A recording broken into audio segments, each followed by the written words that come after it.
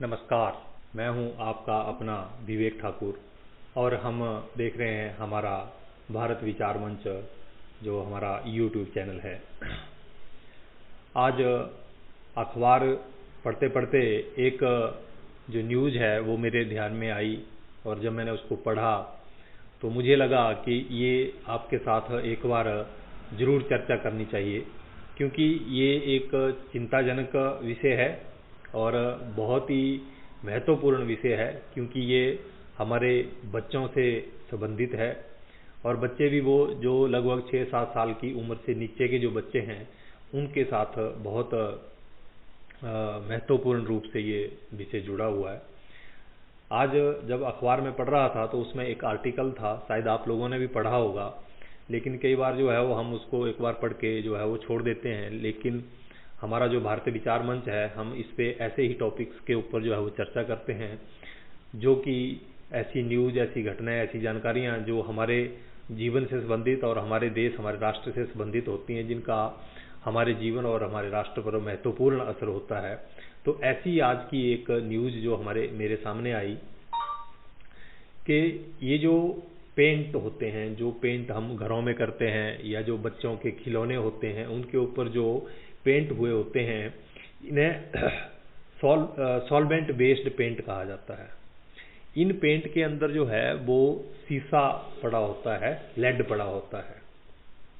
तो एक ऑर्गेनाइजेशन है, इंडियन बेस्ड ऑर्गेनाइजेशन है टॉक्सिक लिंक, और इस ऑर्गेनाइजेशन ने IPEN जो इंटरनेशनल ऑर्गेनाइजेशन है, IPEN international pollutant elimination network, इस IPEN के साथ मिलके इन्होंने एक सर्वे किया कि जो भारत के अंदर जो हमारे घरेलू उपयोग की जो सामग्री है या जो हम पेंट यूज़ करते हैं, तो उस पेंट के अंदर जो है वो लेड कितनी मात्रा में पाया जाता है। जो WHO है, WHO के अनुसार जो परमिसिबल, जो परमिटेड लिमिट है वो है 90 ppm, 90 ppm। तो ऐसे हमारे यहाँ पे 51 सॉल्वेंट बेस्ड जो पेंट हैं उनके ऊपर ये सर्वे की रिपोर्ट आई है।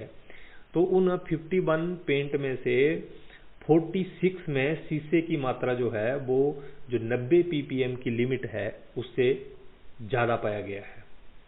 और उसमें भी 39 पेंट ऐसे हैं, सॉल्वेंट पेंट वो ऐसे हैं उनमें वो 10,000 ppm से भी ज़्यादा मिला है। बहुत ही खतरनाक स्तर है, कहाँ 90 pm और कहाँ जो है वो ppm और कहाँ जो है वो 10,000 ppm। तो ऐसे जो हमारे यहाँ पे घरेलू उपयोग में और जो बच्चों के खिलौने रंगने के काम आते हैं, तो ऐसे जो सॉल्वेंट बेस्ड पेंट हैं उनके अंदर जो है वो 10,000 खतरनाक लिमिट तक जो है वो लेड पाया गया है। और सिर्फ 51 में से 5 ही पास हुए हैं, 46 तो ऐसे हैं जिनमें जो है वो ज़्यादा है, और उसमें से भी 39 ऐसे हैं जिनमें 10,000 के ऊपर तक वो चला गया है।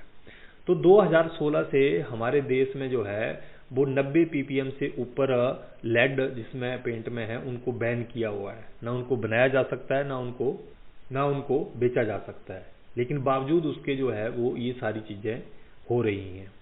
तो ये जो है ये सारे कहाँ यूज होते हैं? हमारे घरों में घरेलू हमारे जो साज सजावट के जो काम होते हैं उसमें यूज होते हैं।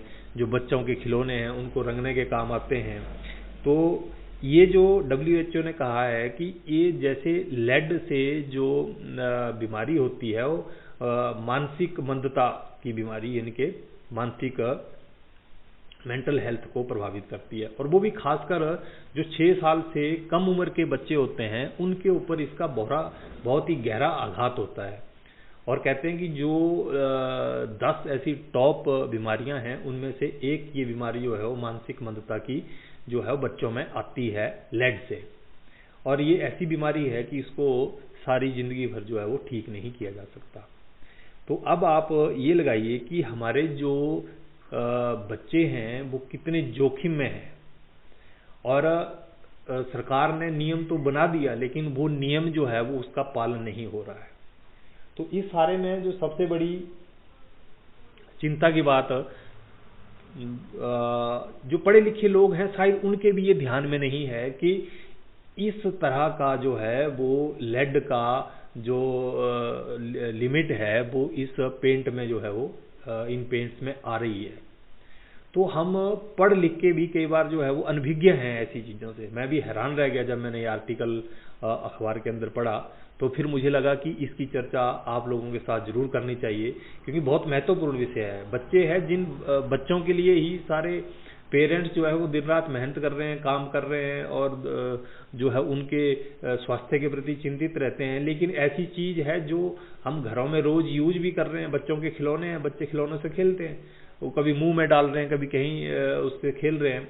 तो ऐसे में ये बहुत एक खतरनाक स्थिति है और सरकार को चाहिए कि ये जो कानून बना है इसका सख्ती से, कड़ाई के साथ जो इसका पालन हो।